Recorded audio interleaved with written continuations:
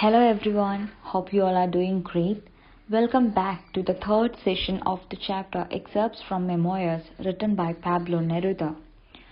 So in the last class we have seen how he is describing his love for words and poetry. So he was specifically speaking about words and its delicate nature. So let's continue with the poem. I leave them in my poem like stalactites, like slivers of polished wood, like coals, pickings from a shipwreck, gifts from the waves. Everything exists in the word. So he is making comparison between words and other items. He is saying that words in my poems, they hang on my poems like oozings in a cave. They are like the oozings in a cave. They are like stalactites. And they are also like coal or fuel. They are like the fuel of my poem. So without words, I can't create a beautiful poem because they are the fuel of my poem. He's making another comparison that it is like the remainings from a shipwreck. Words are like the remainings of a shipwreck. They are far and wide. They are lying far and wide. And they are like gifts. And these remainings of the shipwreck comes to him through the waves. So he is comparing words to the remainings of the shipwreck. There might be some woods, some pieces of woods. So he is comparing words to these pieces of woods, and he is saying that he gets all these remainings of the shipwreck through the movement of the waves, and he keeps everything to his store. An idea goes through a complete change because one word shifted its place, because another settled down like a spoiled little thing inside a phrase that was not expecting her but obeys her. Here he is explaining the importance of a particular word. He is saying that, like, if a word replaces if a word is being replaced in a sentence, the idea is completely changed.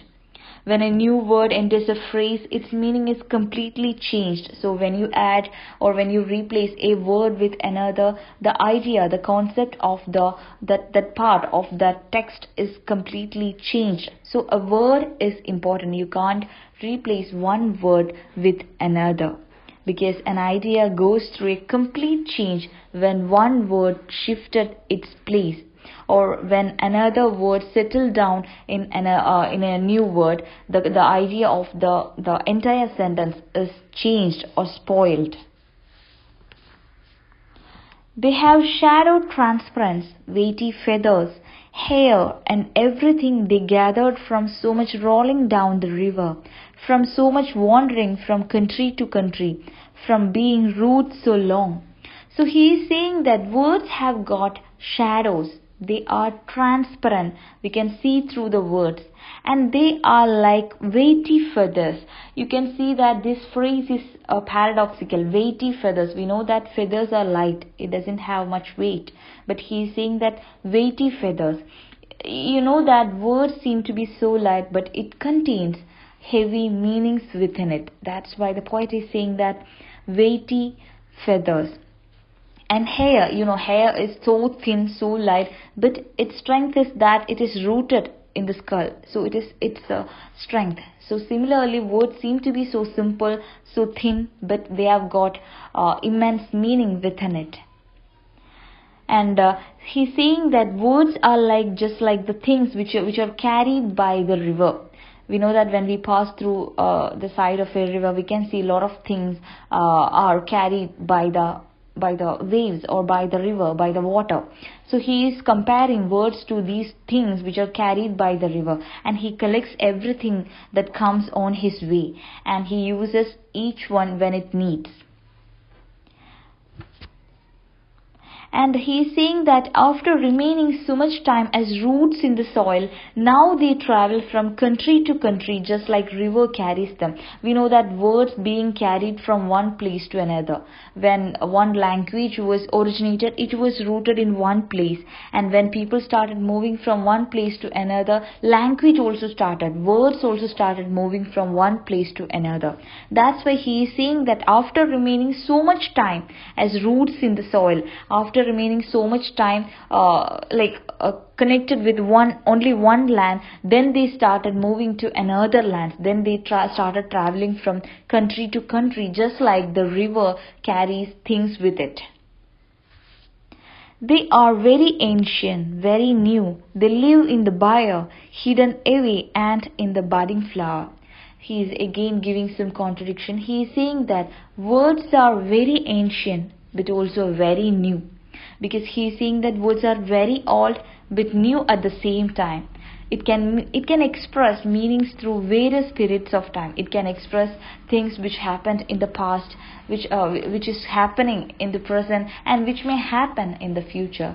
So it connects periods of time. So it is at the same time it is old and new. And he is making a beautiful comparison here. He is saying that words lie under the coffin. Bier means the marble frame where the coffin is kept before the funeral. Before the funeral ceremony, we keep the coffin in a frame, in a marble frame, and this marble frame is called bier. So he is saying that words are living in the bier. So we can't see these words, but they are existing. The words lie under the coffin. They are lying on the bier, but it is not seen. It is hidden there, but it expresses death. So it contains some meaning. It expresses some meaning, but it is hidden there. Just like the fruit is hidden in the flower, words remain hidden. The power of the words remain hidden, but it has got a certain kind of or a certain level of strength within it, but it is hidden within it. What a great language I have. It's a fine language we inherited from the fierce conquistador. So he is saying that he is realizing that they have got a great language. As far as Latin Americans, particularly Latin Americans are concerned, we know that their language is inherited from the conquerors.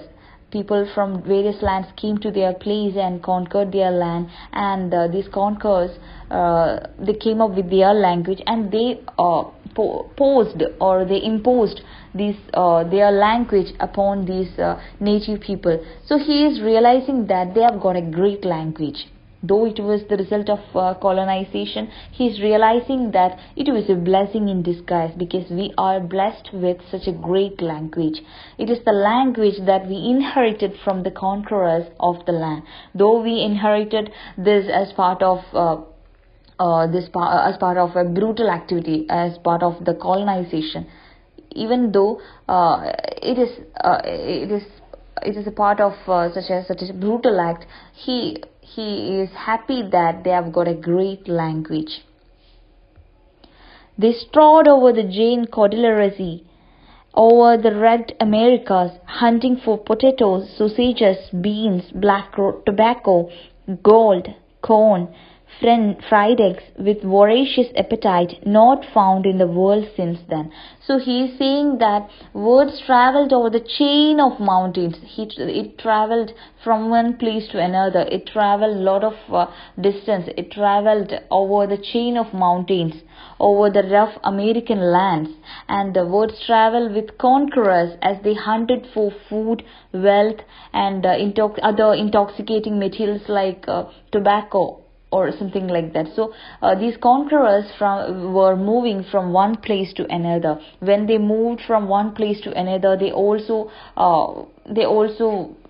carried their language with them, and they dropped their language wherever they stayed, or wherever they created their colonies. They had dropped their language there. They swallowed up everything: religions, pyramids, tribes, idolatries, just like the one they brought along in their huge sacks. So he is saying that the conquerors, these people swallowed up everything. Their tool was words, and they were using words, and they were trying to conquer the land. They swallowed up everything. They destroyed everything. They destroyed the indigenous culture, their tribes, the native people and their tribes, their culture, their customs, their beliefs, their idolatries, and their concept of like gods, or their concept of religion. These conquerors, they destroyed everything. They swallowed up everything. Wherever they went, they razed the land. So here in this particular part, Neruda is talking about the conqueror, what they have done to their land. He is saying that wherever they went, they conquered those lands. So these conquerors, they were so much concentrated in razing the land, in cutting the land, in destroying the land. So wherever they went, they conquered those lands. But words fell like pebbles out of the barbarians, out of their beards, their helmets, their horseshoes, luminous words that were left glittering here are language. But he is saying that it was much like a blessing in disguise. But whatever they did, they brought words or language with them. And they left their words in this particular land. When they left this land, when they left this colony, they left their language there. So Neruda thinks that it was a blessing. It became our language. We are so happy that we are gifted such a beautiful language. We came up losers, we came up winners. They carried off the gold and left us the gold. They carried ever off and left us everything. They left us the word. So he is saying that though we failed in resisting these people, in fighting against these people, we failed. But we didn't fail really. We got this beautiful gift. We were gifted this language. So we are not losers. He's saying that they carried away our treasures. They carried away a lot of things from our place, but also left us with another treasure, that is words, our language. So this is how Neruda is closing this poem. I hope this poem is clear to you. Thank you. Have a good day.